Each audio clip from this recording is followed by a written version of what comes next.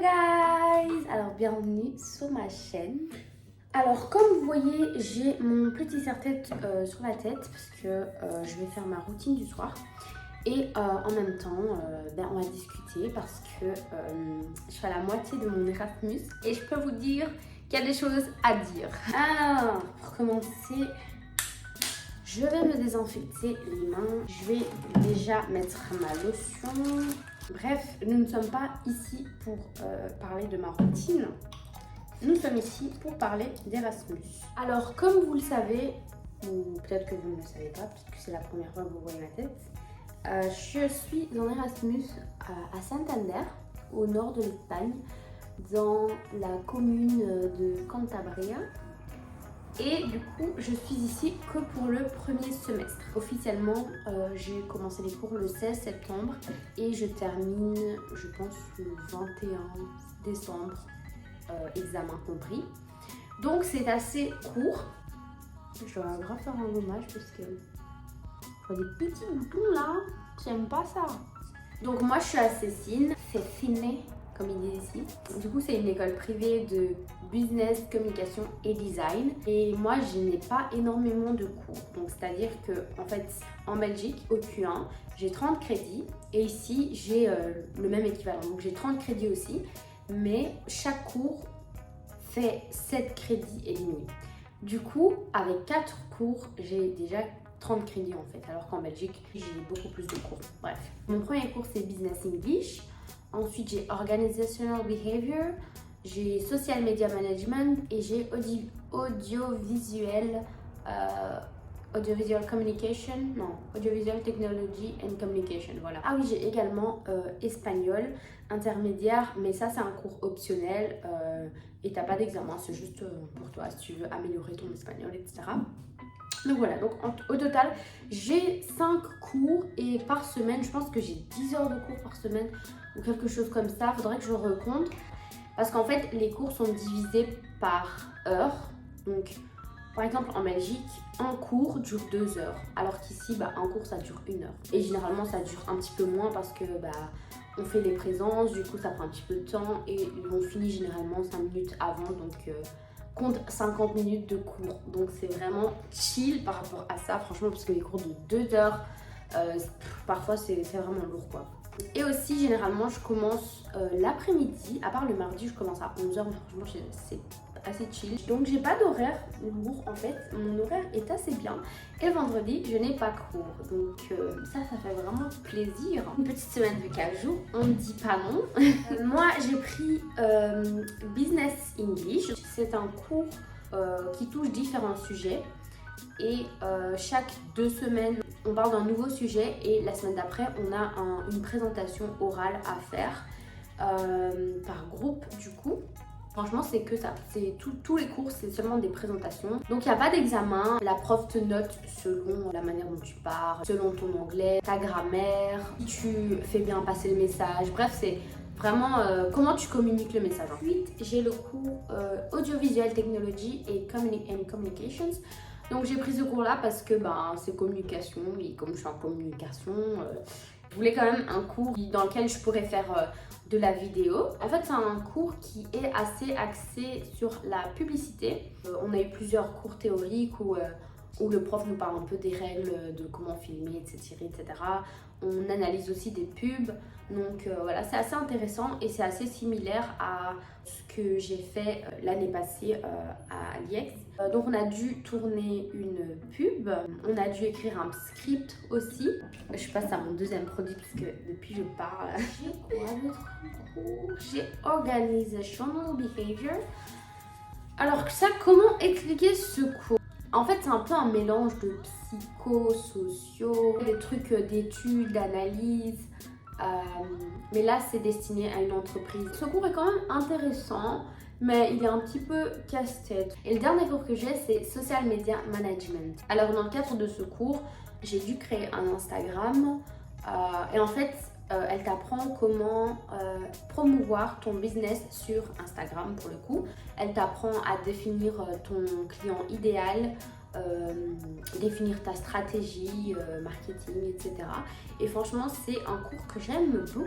Tu dois vraiment être comme une community manager, ouais.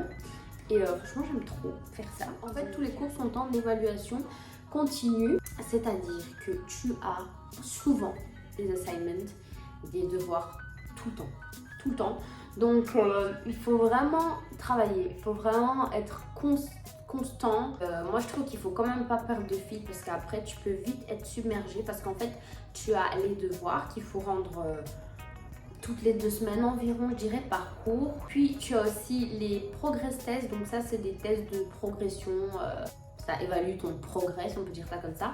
Et ça, c'est en groupe, il me semble. Et ensuite, tu as aussi un projet final pour certains cours. Pour tous les cours, je pense que tu as un projet final. Du coup, par rapport à ce projet final-là, tu dois déjà remettre des documents, des recherches, des analyses pendant l'année, en fait. Parfois, tu as 1 ou 2 dossiers à déposer avant le dossier final. Donc, tout ça, en fait, c'est en même temps. Donc il faut vraiment être attentif et pas se laisser submerger par tous les travaux qu'il y a à faire. Donc, franchement, c'est un système que je ne connaissais pas parce qu'à l'IEX, on n'a pas d'évaluation continue. Donc voilà, au début, j'étais là en mode oh my god, je vais devoir assister à tous les cours, tout le temps travailler et tout. Oui, parce que du coup, tu es obligé d'aller au cours, ce qui est logique. Mais tu as 80% de présence et 20% d'absence où tu peux faire ce que tu veux de tes 20%, même si tu veux voyager ou quoi que ce soit. Anyway, tu peux le faire. Je vais faire mes petits massages du visage en même temps, mais en fait c'est compliqué de parler et en même temps faire son massage du visage. Bref, moi qui pensais que ça allait être très très simple. Pas du tout. À part les cours, ah oui, il faut savoir aussi, Cécine, c'est une université qui est pas très grande. Franchement, c'est plus petit. Enfin, je veux dire, les bâtiments et tout sont plus petits qu'à l'IEX, mais c'est cool.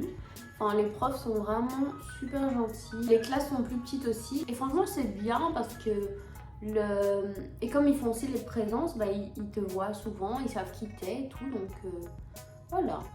Sinon, par rapport à l'Erasmus en lui-même, comment est-ce que je le vis? Je trouve que je le vis assez bien. Après, c'est normal d'avoir des breakdowns. Et d'ailleurs, j'aimerais parler de ça. Parce que c'est quelque chose, je trouve, dont on ne parle pas assez. Ça peut paraître logique, mais ça ne l'est pas forcément. Et j'en ai parlé à plusieurs personnes ici aussi, qui partagent le même avis que moi. Après, il se peut qu'il y ait d'autres avis. Mais voilà, moi c'est comme ça que je l'ai ressenti, donc je vais vous partager mon avis. J'ai souvent entendu que oui, c'est trop cool l'Erasmus, trop bien, tu vas t'amuser, tu vas faire des rencontres, ça va être bien, blablabla, blablabla. Mais ce qui n'est pas faux en soi, mais il y a aussi des moments où en fait tu ne te sens pas bien, tu te sens seule, ta famille te manque, ton environnement de vie te manque. Tes repères te manquent en fait, même si ce n'est pas le pays en lui-même, mais c'est juste tes repères, tes habitudes. Et je trouve qu'on n'en parle pas assez. Enfin, moi je me rappelle l'année passée, quand j'ai assisté aux présentations de ceux qui rentraient d'Erasmus, je ne me rappelle pas du tout que quelqu'un ait abordé le sujet, quoi. Et moi je voulais vraiment en parler parce qu'il y a certains moments où je me sentais pas vraiment au top. Après, c'était des moments vraiment courts parce que voilà, j'ai toujours des moyens pour essayer d'aller mieux, etc. Et puis la semaine reprend et tout va bien. Mais il y a eu vraiment des moments où je me sentais comme dépaysée. Je dirais pas triste, moi dans mon cas ce n'était pas triste tout seul, mais vraiment dépaysée. En mode, tu regardes autour de toi et en fait, tu n'es pas chez toi. Et dans ces moments-là, enfin, je savais pas trop quoi faire. J'étais là en mode, yeah, je suis pas chez moi. Qu'est-ce que je fais? Mais en fait aussi, l'Erasmus, c'est vraiment un moyen qui t'aide à apprendre à te connaître. Franchement, je suis une personne aussi qui est assez solitaire. Enfin, en fait, je suis pas extravagante, mais je ne suis pas introvertie non plus. Je suis un peu entre les deux. Et le fait d'être ici, ça m'a appris à plus me découvrir dans ce sens-là. Je sais pas comment l'expliquer. Voilà, je trouve que ça peut quand même être difficile pour quelqu'un qui est vraiment mal dans sa peau ou qui se connaît vraiment pas bien. Mais après, c'est un bon moyen pour apprendre à se connaître aussi. Mais voilà, je trouvais ça intéressant de partager en fait et de demander aussi à d'autres personnes qui ont déjà fait un Erasmus si ça leur est déjà arrivé ou comment est-ce qu'ils géraient ces moments où ils se sentent pas chez eux, où ils se sentent pas bien mais pas mal non plus. Enfin, c'est vraiment un sentiment que je ne connaissais pas. Et du coup, ça m'a vraiment rassurée de savoir que je n'étais pas la seule. Et voilà, en fait, c'est tout à fait normal. Je trouve qu'il est important de le dire aux autres personnes qui vont partir en Erasmus parce que du coup, si on t'a jamais parlé de ça, ben, tu peux te demander est-ce que je suis bizarre? Moi, ça m'est déjà arrivé. Ou non, est-ce que je suis bizarre? Est-ce que si je manque de gratitude ou un truc comme ça? En fait, non, c'est juste que ben, c'est normal. Hein. Ça fait quoi, 2-3 semaines ou peut-être plus que t'es là? Mais tu n'es quand même pas chez toi et après tu vas repartir. Donc c'est normal de te sentir un peu dépaysé. Bref, du coup ça m'a vraiment fait déculpabiliser de pouvoir en parler avec d'autres personnes. Mais voilà, après c'est comme ça que je le vis. Mais peut-être qu'il y a d'autres personnes qui s'amusent tous les jours. Ah oui, je voulais aussi aborder le thème des rencontres. Alors ça aussi c'est quelque chose qu'on te dit tout le temps. Oh, tu vas faire plein de rencontres, tu vas te faire plein d'amis de partout dans le monde. Etc. Ce qui n'est pas faux non plus. Mais c'est juste que, en fait, quand tu te l'imagines et quand tu es vraiment sur le moment même, c'est totalement différent. Non, ça me fait rire parce que je repense à moi avant de partir en Erasmus et moi actuellement. C'est deux mondes différents. Je trouve que il y a un petit peu cette pression de oh tu dois rencontrer plein de gens de partout dans le monde sinon t'as raté quelque chose quoi. Et je trouve que bien sûr c'est trop bien de rencontrer plein de gens de plusieurs cultures différentes, mais je trouve aussi qu'en Erasmus, en tout cas aussi pour ma part parce que je ne reste qu'un semestre, ça peut être compliqué de faire des rencontres avec qui tu vas vraiment être ami, on va dire. Vous voyez, moi après je suis une personne qui n'aime pas forcément les relations de surface. J'aime bien les amitiés deep en fait. Peut-être que ça convient à certaines personnes des amitiés de surface, mais moi c'est pas assez pour moi. Du coup, oui, j'ai rencontré plein de gens, etc. Mais il y a des personnes où ça n'a pas été plus loin, mais c'était chouette de pouvoir leur parler, de découvrir leur façon de penser, etc. Après, je pense que c'est possible de créer des choses, de créer des amitiés fortes, que c'est possible de faire plein de rencontres, mais après, moi, étant une personne qui préfère des amitiés un peu plus deep, je trouve que c'est assez compliqué de se faire ce genre d'amitié en Erasmus. Et je pense que d'autres personnes le pensent aussi parce que j'ai déjà entendu une conversation où les personnes parlent exactement du même sujet.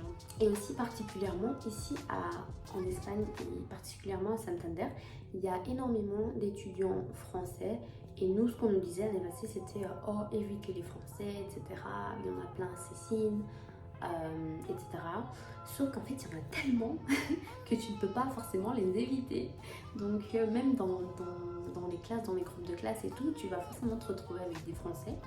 Et franchement, voilà quoi, enfin, oui, tu te retrouves avec des Français, tu parles français, oui, tu vas pas forcément travailler ton anglais ou ton espagnol, mais après, ça ne veut pas dire que ce ne sont pas des personnes cool. Enfin, j'ai rencontré des Français avec qui je m'entends bien, des Françaises que j'aime beaucoup. Voilà, après je pense qu'il ne faut pas forcément se bloquer par rapport à ça parce que oui, il y a beaucoup de Français à Cécine, tu ne peux pas y échapper. Mais après, il y a aussi beaucoup d'autres personnes de plein de pays différents. Donc, il faut vraiment sortir de sa zone de confort, c'est vraiment important. Et ouais, je dis ça alors que moi, même je suis une personne qui a du mal avec ça, mais je fais vraiment de mon mieux. Je fais vraiment de mon mieux et je fais vraiment beaucoup d'efforts ici, je trouve. Et franchement, à chaque fois que je fais un pas hors de ma zone de confort, j'ai jamais été déçue. Moi, je vous encourage à sortir de votre zone de confort.